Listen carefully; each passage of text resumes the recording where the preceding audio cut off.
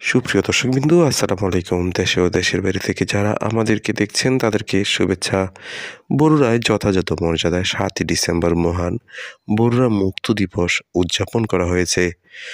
দিবসটি উপলক্ষে সকাল ১০টায় বরুড়া উপজেলা মুক্তিযোদ্ধা কমান্ডার ফোরাম ও উপজেলা প্রশাসনের আয়োজনে বরুড়া উপজেলার সাবেক মুক্তিযোদ্ধা কমান্ডার বীর মুক্তিযোদ্ধা শামসুল হকের সার্বিক ব্যবস্থাপনায় শোভাযাত্রা ও আলোচনা সভায় নেতৃত্ব প্রদান করেন বরুড়া উপজেলা নির্বাহী কর্মকর্তা নূ এবং মারমামং।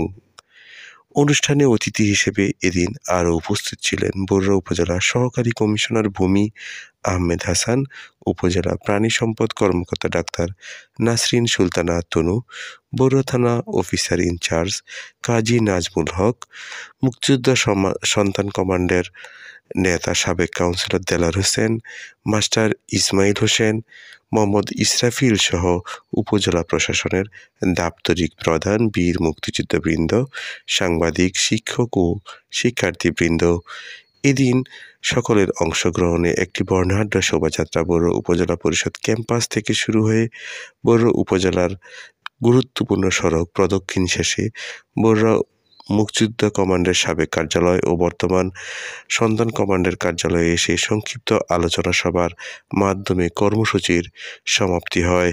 এদিন উপস্থিত বক্তারা বলেন, আপনাদের অনেকেই কথা বলুন, যারা অনেকে জানেন না, এই যে 5ই আগস্টের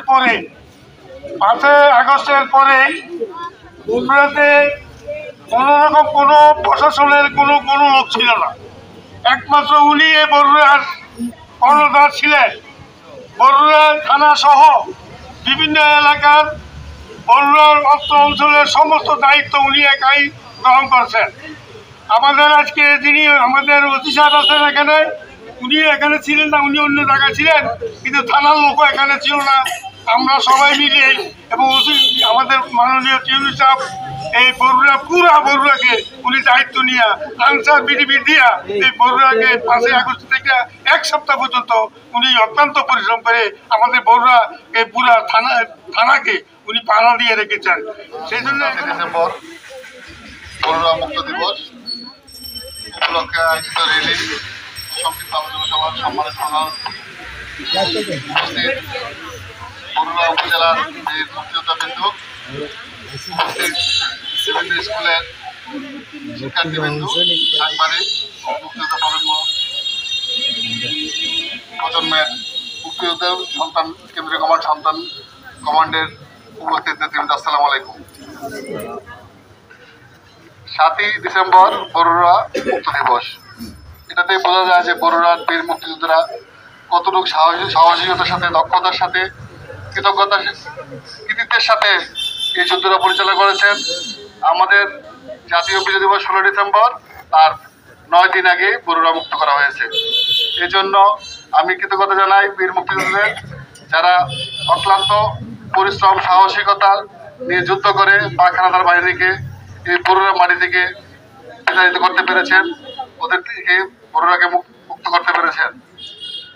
আমাদের এখন একটাই স্বপ্ন যে বীর মুক্তিযোদ্ধাবৃন্দ যারা যুদ্ধ করে, যে চিন্তা ভাবনা চেতনাকে ধারণ করে যুদ্ধ করেছেন এটি সোনার বাংলা করার জন্য, আমরা আশা করব আমরা ভবিষ্যতে আমরা যারা মুক্তিযুদ্ধের পরের প্রজন্ম তারা সকলে মিলে মুক্তিযোদ্ধাদের স্বপ্নকে লালন করে ভবিষ্যতে আমরা একটা সোনার বাংলা উপহার দিতে পারবো।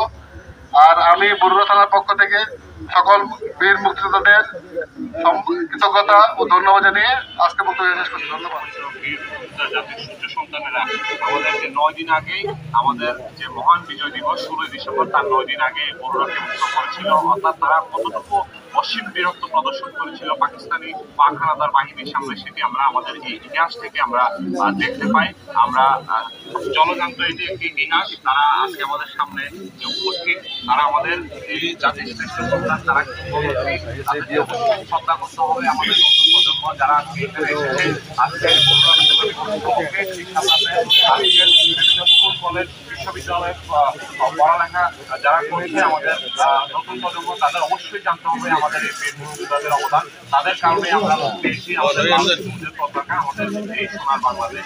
এই সোনার বাংলাদেশ পাওয়ার জন্য কত ত্যাগ চিকিৎসা তাদেরকে করতে হয়েছিল, সেটা আমরা কিন্তু তাদের যে আত্মত্যাগ সেটি থেকে আমরা দেখতে পাই। অনেকে যুদ্ধহত আমাদের যোদ্ধা রয়েছেন, অনেকে আহত হয়েছেন, অনেকে নিহত হয়েছেন, অনেকের পরিবারের সদস্যরা চলে গেছে। তারা কিন্তু তাদের জীবনের মায়াকে তুচ্ছ করে 1971 সালের সেই 25শে মার্চ থেকে শুরু করে 16ই ডিসেম্বর পর্যন্ত দীর্ঘ 9 মাস, সেই 9 মাস জীবন বাজি রেখে আমাদেরকে সবুজের পতাকা উপহার দেওয়ার জন্য তারা যুদ্ধ করেছেন। পাকিস্তানি সেনাবাহিনীর বিরুদ্ধে কত বড় একটি সেনাবাহিনী যুদ্ধ, তাদের বিরুদ্ধে কিন্তু যুদ্ধ ঘোষণা করে কিন্তু আমাদের এই সোনার বাংলাদেশ পাওয়া গেছে। আমি বিনম্র চিত্রে তাদেরকে তাদের যে অবদান, সেই অবদানকে 5ই আগস্ট ছাত্র জনতার গণঅভ্যুত্থানে নিহত সকল বীর শহীদদেরকে, যাদের আত্মত্যাগের বিনিময়ে আমরা পেয়েছি আমাদের এই নতুন বাংলাদেশ, যারা আহত নিহত হয়েছে তাদের সকলের প্রতি উপজেলা প্রশাসনের পক্ষ থেকে আমি বিনম্র শ্রদ্ধা এবং কৃতজ্ঞতা জ্ঞাপন করছি।